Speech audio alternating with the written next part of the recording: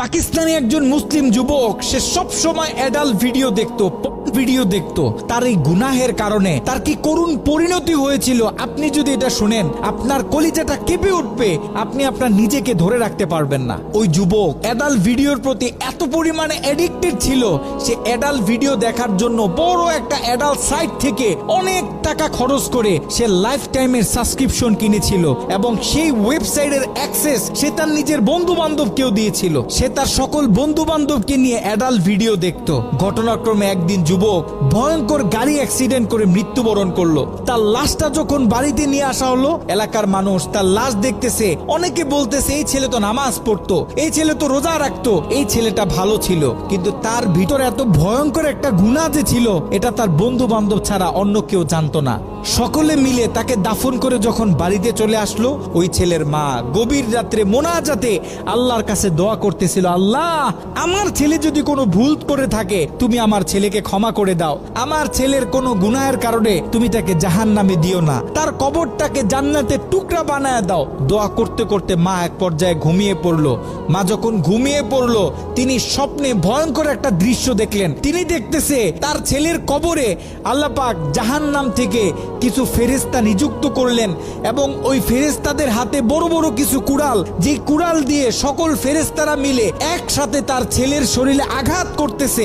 যদি তার ছেলের হাতে আঘাত করে তাহলে হাতটা কেটে দূরে গিয়ে পড়তেছে, যদি পায়ে আঘাত করে তাহলে পাটা কেটে দূরে গিয়ে পড়তেছে। তার ছেলে ভয়ঙ্কর ভাবে চিৎকার দিতেছে। ছেলের ভয়ঙ্কর চিৎকার শুনে মায়ের ঘুম ভেঙে গেল। মা উঠে আবার তাহাজ্জুদ নামাজের জন্য প্রস্তুতি নিলেন, আল্লাহ তাআলার কাছে দোয়া করতেছেন।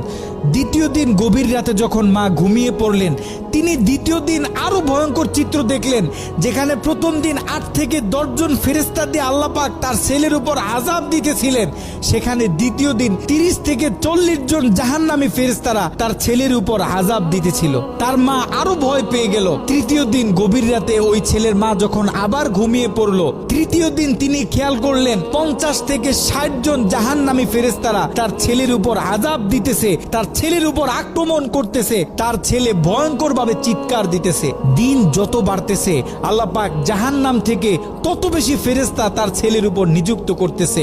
মা ভয় পেয়ে গেলেন, মা ভেঙে পড়লেন। ওই ছেলের মা ছেলের বন্ধুদেরকে একদিন ডাক দিলেন, ডাক দিয়ে বলতেছে, দেখো আমি আমার ছেলের উপর দিয়ে এই ভয়ঙ্কর স্বপ্ন দেখতেছি, তোমরা যাও কোনো আলেমের কাছে জিজ্ঞাসা করো যে কেন আমার ছেলের সাথে এমন হচ্ছে। ওই ছেলের বন্ধুরা মিলে পাশের বড় একটা মাদ্রাসায় চলে গেল। ওই মাদ্রাসায় ছিল একজন শাইখুল হাদিস। তার কাছে গিয়ে যখন পুরো স্বপ্নটা ব্যাখ্যা করা হলো, শাইখুল হাদিস স্বপ্নটা শুনে তিনি থরথর করে কাঁপতেছিলেন। শাইখুল হাদিস ওই ছেলের বন্ধুদেরকে জিজ্ঞাসা করতেছে, তোমাদের বন্ধু দুনিয়াতে থাকা অবস্থায় এমন কি কোনো গুনাহ করত যেই গুনাহ তার মৃত্যুর পরে এখন অন্য মানুষ করতেছে? তখন ওই ছেলের বন্ধুগুলো মাথাটা নিচের দিকে আসামির মতো দিয়ে চোখের পানি ছেড়ে বলতেছে, হ্যাঁ আমাদের বন্ধু এমন একটা গুনাহ করত যেই গুনাহটা সে পৃথিবী থেকে চলে যাওয়ার পরেও এখন আমরা করতেছি, আমাদের থেকে অন্য মানুষেরা করতেছে, তাদের থেকে অন্য মানুষেরা করতেছে। আমাদের বন্ধু অ্যাডাল্ট ভিডিও দেখতো, সে একটা সাইট থেকে সাবস্ক্রিপশন কিনেছিল, সেই মেইল পাসওয়ার্ড আমাদেরকে দিয়েছিল, আমরা আমাদের বন্ধুদেরকে দিয়েছি, তারা তাদের বন্ধুদেরকে দিয়েছে, এরকম করে এটা আস্তে আস্তে ছড়িয়ে পড়তেছে। ওই আলেম বলতেছে, শোনো, তার এই গুনাহ পৃথিবীতে যত মানুষ করবে, দৈনিক যত মানুষ এই গুনাহের সাথে লিপ্ত হবে, আল্লাহ পাক জাহান্নামের তত বেশি ফেরেশতা তোমাদের বন্ধুর উপর আযাব দেওয়ার জন্য নিযুক্ত করে দিবেন। নাউজুবিল্লাহ। যত সম্ভব পারো তোমরা এই ওয়েবসাইটের অ্যাক্সেসটা বন্ধ করার চেষ্টা করো। ওই ছেলের বন্ধুরা অনেক কষ্ট করে সেই অ্যাডাল্ট সাইটের এডমিনদের সাথে যোগাযোগ করতে সক্ষম হয়।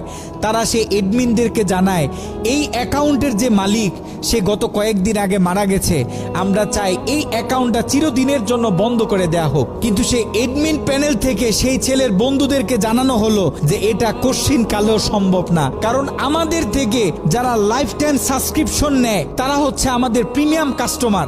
আমরা তাদেরকে হাই সিকিউরিটি দিয়ে থাকি। তারা যখন আমাদের থেকে কোনো প্যাকেজ নেয়, আমাদের থেকে কোনো অ্যাকাউন্ট নেয়, আমরা তখন তাদেরকে মেইল দিই, পাসওয়ার্ড দিই এবং আমরা তাদের হাতের ফিঙ্গার নিয়ে থাকি। আপনারা হয়তোবা তার অ্যাকাউন্টের মেইল পাসওয়ার্ড দিতে পারবেন, কিন্তু তার হাতের ফিঙ্গার তো আর আপনারা দিতে পারবেন না। তার হাতের ফিঙ্গার যদি ম্যাচ না করে তাহলে আমরা এই অ্যাকাউন্ট অফ করতে পারবো না। নাউজুবিল্লাহ।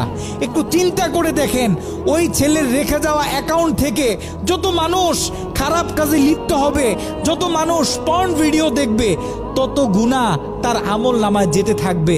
একটু ঠান্ডা মাথায় চিন্তা করেন, আপনি আর আমি আমাদের সোশ্যাল মিডিয়া অ্যাকাউন্টগুলো কিভাবে ব্যবহার করতেছি। আমরা তো আমাদের ফেসবুকে কত ছবি শেয়ার করি, কত মুভি ক্লিপ শেয়ার করে থাকি, কত গান বাজনা শেয়ার করি। আপনার আমার মৃত্যুর পরে এগুলো তো আর কেউ কাটতে পারবে না। যত লক্ষ মানুষ আপনার আমার মৃত্যুর পরে এই ভিডিও দেখবে, আপনার আমার অ্যাকাউন্টে রেখে যাওয়া ভিডিও যত মানুষ দেখবে, আপনার আমার কবরে তত কঠিন কঠিন আযাব দেয়া হবে। আপনি আর আমি জীবিত থাকা অবস্থায় যদি আমাদের ফেসবুক অ্যাকাউন্টে ইসলামিক ভিডিও শেয়ার করি, একটা কোরআনের তেলাওয়াত শেয়ার করি, একটা হাদিস শেয়ার করি, ইসলামিক কোনো ডকুমেন্টারি শেয়ার করি, তাহলে আপনার আমার মৃত্যুর পরে এই অ্যাকাউন্ট থেকে যত মানুষ এই ভিডিওগুলো দেখবে, আমরা কবর থেকে তত বেশি সওয়াব পাইতে থাকবো। এ কারণে আমরা পৃথিবীতে থাকতে যত কাজ করব, সব কাজ যেন আমরা চিন্তা ভাবনা করে তারপরে করি। এমন কোনো কাজ করব না যে কাজ আমার মৃত্যুর পরে আমার কবরে আযাব বাড়িয়ে দিবে।